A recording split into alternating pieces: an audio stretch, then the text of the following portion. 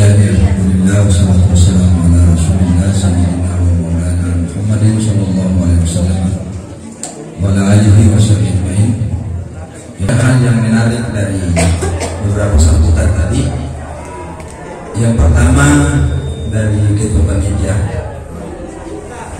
saya baru mengerti dan mau mengerti, ternyata yang paling berkesan dalam hidup itu adalah kepahitan-kepahitan hidup. Jadi di beautiful life, hidup terindah itu adalah pada situasi Anda pada saat Anda belum siapa-siapa, dan itu yang akan dikenang. Yang menjadi persoalan, kata para ulama, apa yang paling engkau sukai pada saat hidupmu, itulah yang membersamaimu nanti ketika engkau meninggal. Makanya ada orang yang teriak-teriak pada saat meninggalnya itu jadi domino, jadi sama itu, karena memang itu yang paling berkesan. Saya kasih tahu satu rahasia yang bilang-bilang, bagaimana mendeteksi apa yang paling dominan dalam jiwa menurut para ulama, itu bisa dideteksi hari ini. Caranya adalah apa yang paling pertama muncul dalam benakmu ketika engkau bangun tidur, itu menunjukkan hal itu yang paling dominan dalam dirimu. Saya biasa bilang pada almarhumah istri saya sudah meninggal, tapi saya sudah punya istri. Harus diklarifikasi secepatnya.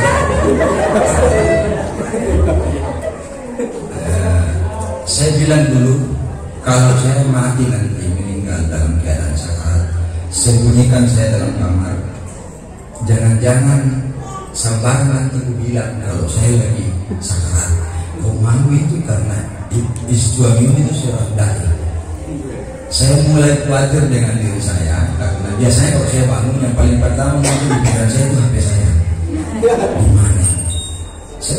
Saya sudah mulai khawatir dengan kecenderungan itu, karena bapak saya bilang itu menunjukkan bahwa yang paling terkonek dengan jiwamu itu apa yang pertama kau ingat pada saat bangun tidur. Jadi berhati-hatilah, dan jangan dikasih tahu orang apa yang paling pertama kita ingat kalau, karena bisa jadi berabe. Itu yang pertama.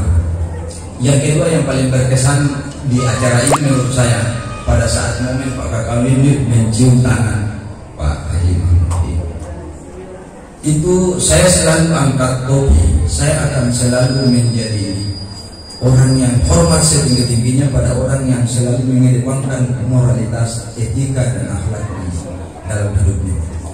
Seorang pimpinan puncak rela mencium tangan bawahannya karena pertimbangan senioritas. Ini yang mulai kurang di kita.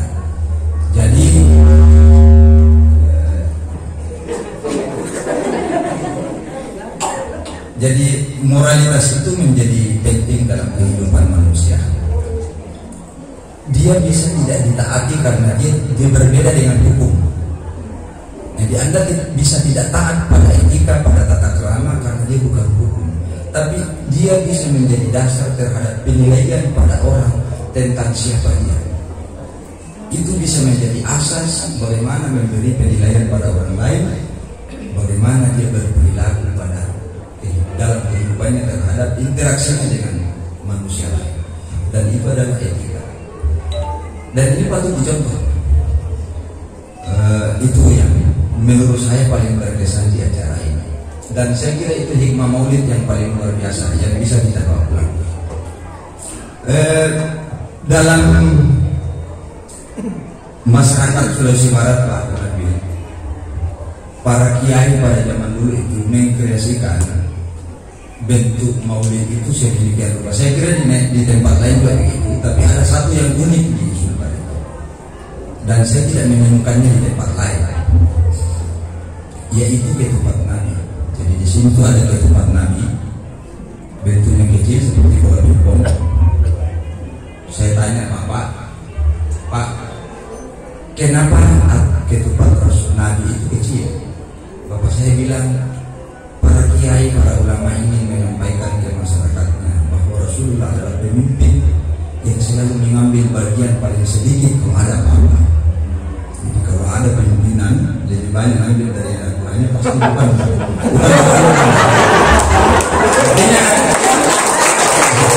ini bukan pemimpinnya. Karena ya kan orang selalu bicara cinta, bicara meneladani akhlak. Nah pertanyaannya, tapi ini kan soal pemimpin, ini semua orang kena. Kullukum ra'in wa kullukum mas'ulun 'an ra'iyatihi. Jadi tidak ada orang yang lolos dari identitas kepemimpinan itu. Jangan bicara cuma Anda yang pemimpin, Anda juga pemimpin. Minimal memimpin diri sendiri. Minimal memimpin rumah tangga, minimal memimpin RT, RW dan lain-lain sebagainya. Dan kata kuncinya Rasulullah sebagai pemimpin, sebagai identitas kepemimpinannya yang disampaikan oleh para ulama, katanya selalu mengambil bagian paling sedikit kalau ada apa-apa. Siapa kira-kira di sini yang mau mengambil contoh itu? Ayo kasih kata. Artinya bahwa, tapi jangan bicara soal format gaji ya, itu sistem hidup yang berlaku di negara kita. Itu lain lagi. Tapi ada hal lain yang bisa kita tiru pada saat soal-soal seperti ini.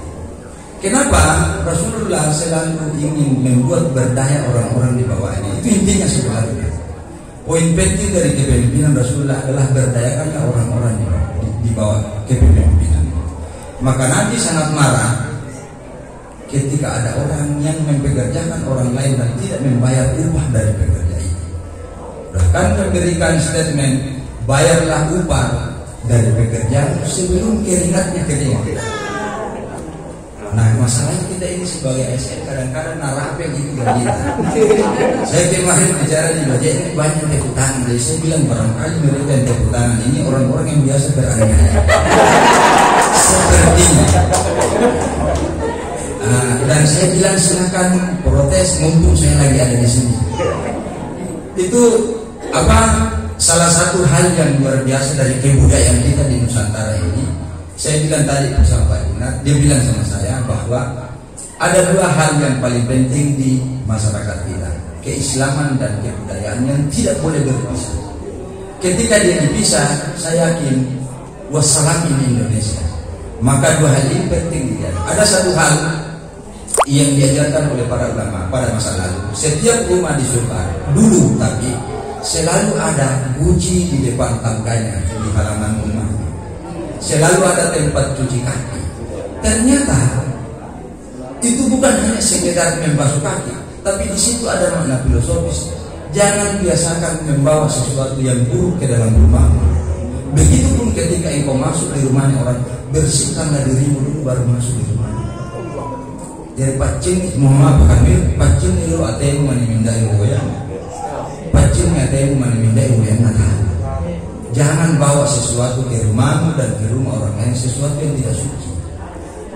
Nah ini kemudian yang kehilangan alamat pada hari ini, karena pada akhirnya orang terlalu kagum pada kemodernan dan meninggalkan jejak-jejak masa lalu. Makanya NU selalu bicara soal kaidah al-muhafadzatu 'alal qadimis sadi wal akhdhu bin jadidin asr. Dua hal selalu memelihara hal-hal lama itu yang masih relevan, tetapi juga tidak menutup diri untuk mencari hal-hal yang lebih baik ke depan. Ini sebenarnya penting untuk menjadi perhatian kita semua, bahwa nilai-nilai yang dibawa oleh para kiai, para ulama di masyarakat kita sesungguhnya itu adalah perwujudan dari akhlak Rasulullah SAW. Karena poin inti dari agama itu adalah akhlakul karimah. Jadi seluruh komponen agama, salatmu, puasamu itu hanya latihan untuk mengangkatmu menjadi manusia yang berakhlakul karimah. Kalau Imam Al-Ghazali ditanya, Ibnu Sibawai ditanya, apa itu akhlak secara umum? Akhlak adalah perilaku yang spontan dan berkesinambungan yang muncul dari dalam dirimu. Akhlak itu bukan pengetahuan, bukan ma'rifat, dia adalah kondisi jiwa manusia. Jadi ketika orang melakukan kebajikan, tetapi itu temporer dan tidak spontan, bagian dari rekayasa, itu bukan akhlak. itu palsu. Karena musim caleg jadi baik sekali lagi. Begitu selesai berhenti kebaikan. Itu bukan akhlak. Akhlak adalah sesuatu yang spontan yang memang muncul dalam dirimu sendiri, karakter.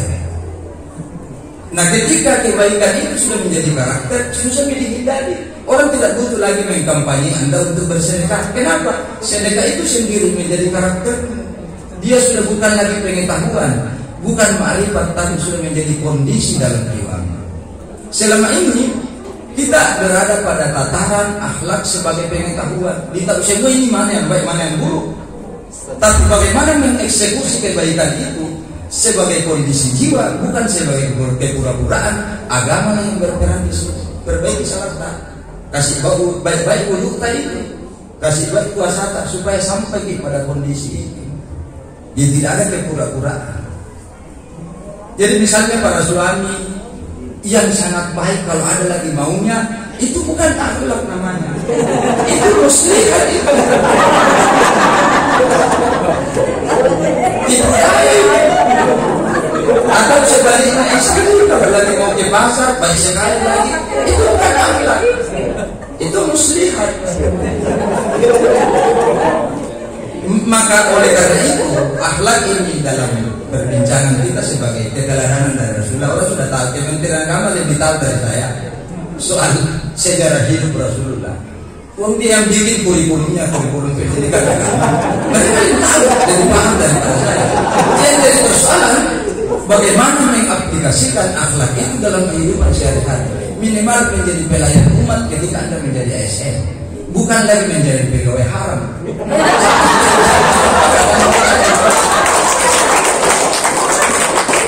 Dia menjadi sesuatu yang membawa kesejukan buat umat beragama.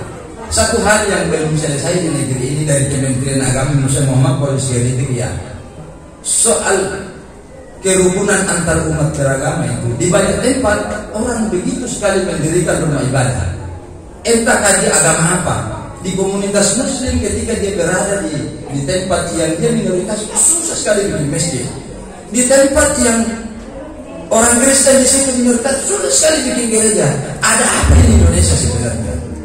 Saya malah berpikir untuk urusan ibadah itu kasih Kementerian Agama saja urus, tidak usah ada yang lain masuk. Supaya satu pintu itu yang urus. Supaya orang, artinya ini kan persoalan klasik, berulang-ulang ini terjadi. Orang sudah sampai dibilang mas, di bulan, di matahari mana nanti orang sampai. Kita masih berdebat soal begitu. Apa masalahnya kalau ada orang lain yang beribadah berbeda dengan kita? Apa urusannya dengan kita? Bila naganggu nanti pakai handset. Urus pak. Beli handset itu earphone yang besar-besar. Supaya tidak merasa terganggu. Karena kehidupan Rasulullah pada saat piagam Madinah itu adalah bagaimana komitmen hidup bersama dengan orang-orang yang tidak sekeyakinan dengan Nabi. Ada 47 pasal pak. Kementerian Agama tahu itu. Pasal terakhir, yang paling terakhir pasalnya itu wala udwana illa ala dhalimin. Musuh kita cuma satu. Apa itu? Perilaku kezaliman. Itu di musuhnya orang Islam. Musuh semua agama. Siapapun Anda, orang Islam itu musuhnya bukan KTP pak. Musuhnya adalah sikap kezaliman yang dilakukan oleh siapapun, entah KTP-nya Muslim atau siapa. Itulah musuh. Makanya Nabi menyebut Madinah itu sebagai Madinah, kota yang tercerahkan, karena orang hidup bersama di situ dengan kesetaraan yang sama. Inilah konsep rahmatan lil alamin. Kalau ada orang bertanya apa itu rahmatan lil alamin, selalu mengedepankan kepentingan bersama dibanding kepentingan pribadi dan kelompok. Itulah rahmat. Jadi kalau bicara di bangka jadi Pak MUI dia bukan rahmatan lil alamin itu Pak. Asal ini bagus saya dijadikan Pak Muhammadiyah dia berhenti bicara rahmatan lil alamin. Karena itu masih berbasis kelompok. Belum bicara kepentingan bersama. Nah kita belum selesai di situ. Belum selesai pada soal-soal mengurusi kelompok dan pribadi. Jadi mana rahmatan lil alaminnya? Apalagi kalau bicara lebih banyak buka kasih itu janda-janda di luar daripada istrimu.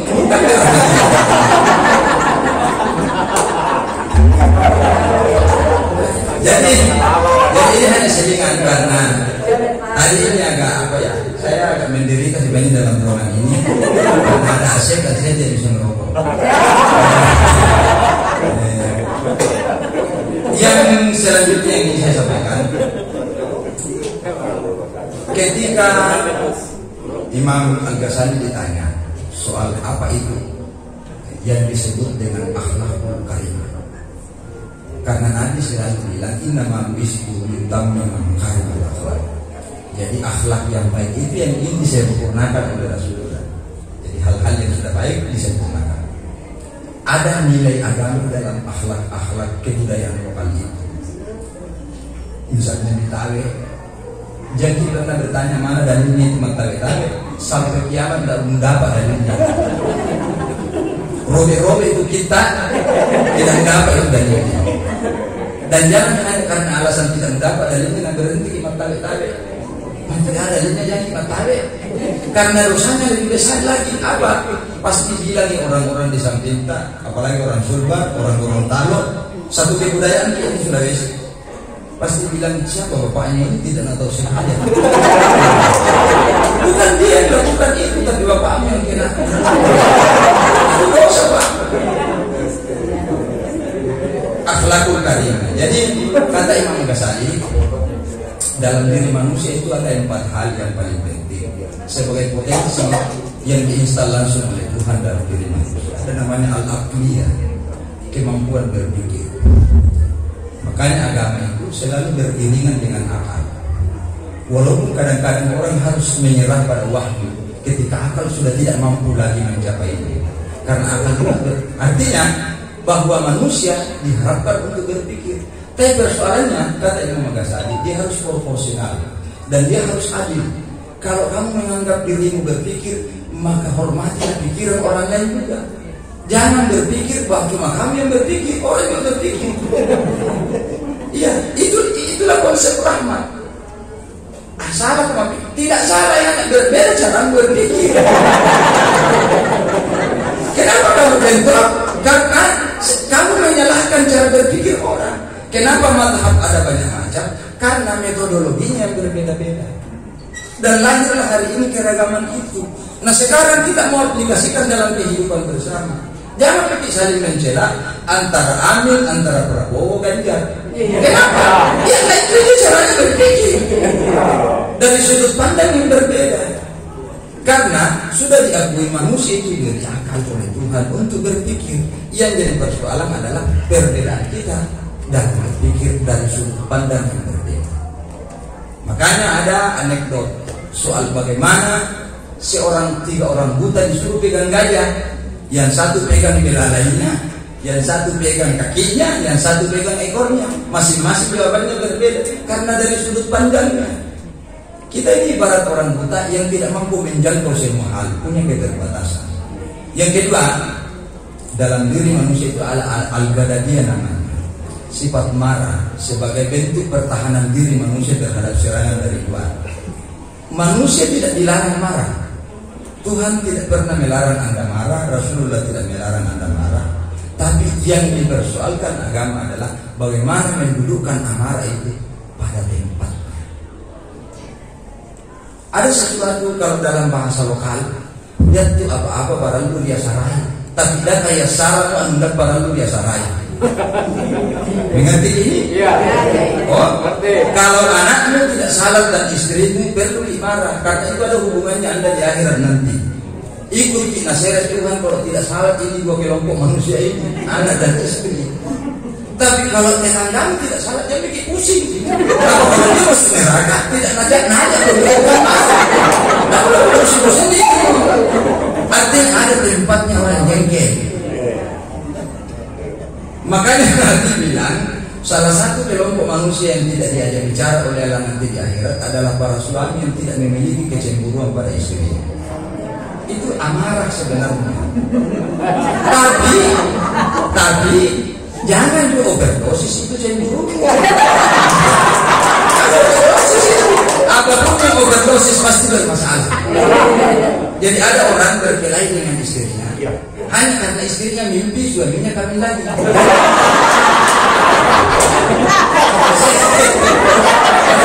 Masalah ini. Saya tidak tahu bagaimana yang bersepak. Saya tidak menunjukkan ramuannya untuk menyelesaikannya. Jadi begini saja, silakan bermimpi juga. Supaya selesaikan itu masalah mimpi.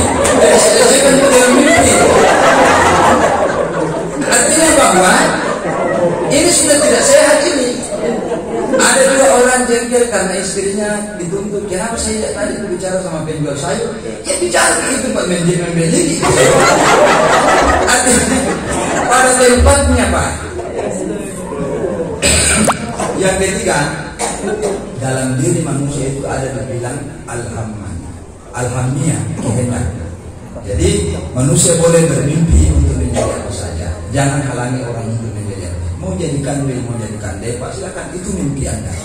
Tapi sesuaikan dengan kapasitasmu. Itu kata Hasyim Musyadi. Tidak pernah sama rezekinya itu. Pabrik ban dengan tukang tempel ban. Beda rezekinya. Karena kapasitasnya beda. Jangan mimpi jadi orang kaya kalau ternyata di dalam kamar terus, nanti bangun kalau maghrib lagi. Itu Pak. Jangan mau sama rezeki kita dengan orang yang bekerja keras pada masa mudanya. Pak Kanwil hari ini, jangan lihat hari ininya Pak Kanwil.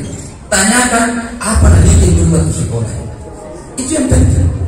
Apa yang dilakukan Pak Kanwil pada masa mudanya. Jangan lihatnya sekarang. Jangan mencemburui posisinya hari ini, tapi cemburlah pada proses hidupnya pada masa lalu.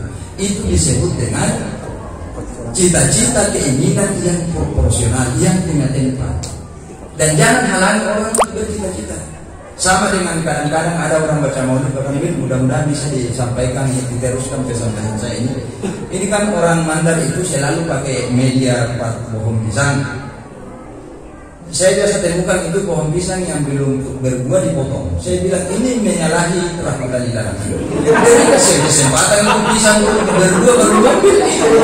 Mana dia berbuah? Artinya ini sebenarnya mengkhianati alam semesta. Nah itu kasih pisang satu kali berbuah mati. Jadi itu kesempatan untuk berbuah baru diambil. Jangan yang mudah-mudah, cari yang buah. Artinya bahwa kata Sayyidina Ali, adillah sejak dalam pikiran, sehingga engkau bisa adil dalam bertindak. Inilah konsep-konsep orang rahmatan lil alamin. Jadi saya kira saya tidak bisa panjang lebar ini. Banyak hal yang harus kita lakukan. Saya harus sadar diri juga. Yang paling terakhir yang ingin saya sampaikan kepada bapak-bapak ibu-ibu, saya sebenarnya menolak itu dipanggil sebagai Habib, sebagai Sayyid Al-Mukarram dan lain-lain sebagainya. Ini masalah buat saya sebenarnya. Apalagi di Indonesia ada gugatan soal Habib itu. Tapi itu urusan mereka, bukan urusan kita. Di Sulbar ini Pak Kanwil sebenarnya sejak dulu tidak ada Habib. Jadi orang sini tidak mengenal apa itu Habib. Yang dikenal orang di sini itu Sayyid. Jadi kalau ada orang dipanggil Habib, orang pasti pikirannya itu pasti ulama besar ini. Nanti era modern semua menjadi Habib. Saya tidak tahu dari mana asalnya itu, dari mana awalnya. Karena saya ingin menyampaikan satu cerita. Ini berulang-ulang saya sampaikan di ceramah saya. Dan ini bisa menjadi pegangan sebagai bentuk kesadaran pada diri sendiri. Suatu waktu ada seekor burung yang ingin minum di sungai, tapi dia membatalkan niatnya karena anak-anak banyak yang bermain di sungai itu. Dia pikir si burung mungkin saya akan dilempari oleh si anak-anak ini.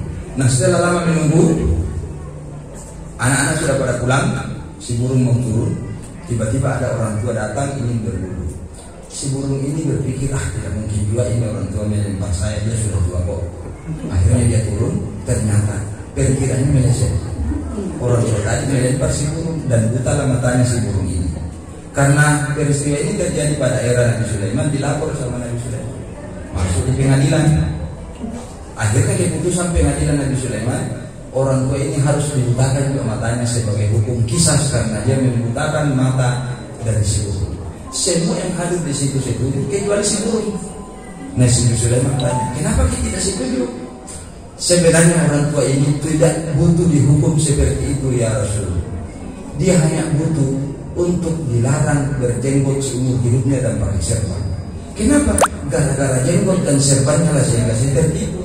Saya tidak pernah menduga ada orang berserban pakai jenggot masih nakal.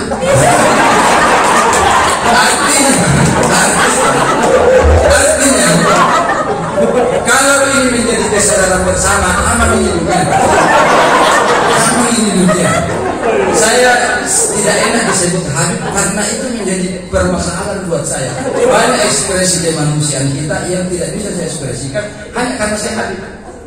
Kadang-kadang di Polman hari ini tuh panas sekali matahari. Saya ingin buka baju juga, tapi bilang jangan Habib. Sebenarnya ada episode hidup yang teranyanya dalam hidup saya.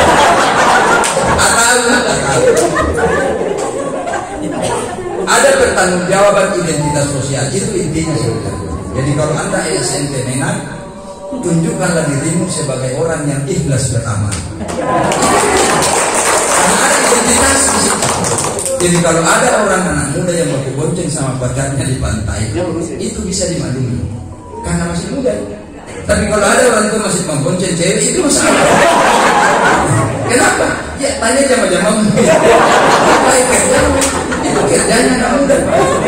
Artinya cerita ini mengajarkan kita bertanggung jawablah pada identitas untuk sebagai manusia. Jangan mencoba menjadi tokoh kalau Anda tidak bisa menjadi tokoh. Saya kira itu yang bisa saya sampaikan. Ada manfaatnya. Pak kami sehat selalu, sehat selalu beserta ibu. Saya masih ingat kenangan orang-orang Polman pada saat beliau jadi Kang Depang di sana. Beliau ini luar biasa. Mudah-mudahan Allah memberikan bimbingannya sehingga masih ada hal yang bisa dia lakukan untuk baktinya terhadap tujuan agama. Mohon maaf atas segala kekurangan. Assalamualaikum warahmatullahi wabarakatuh.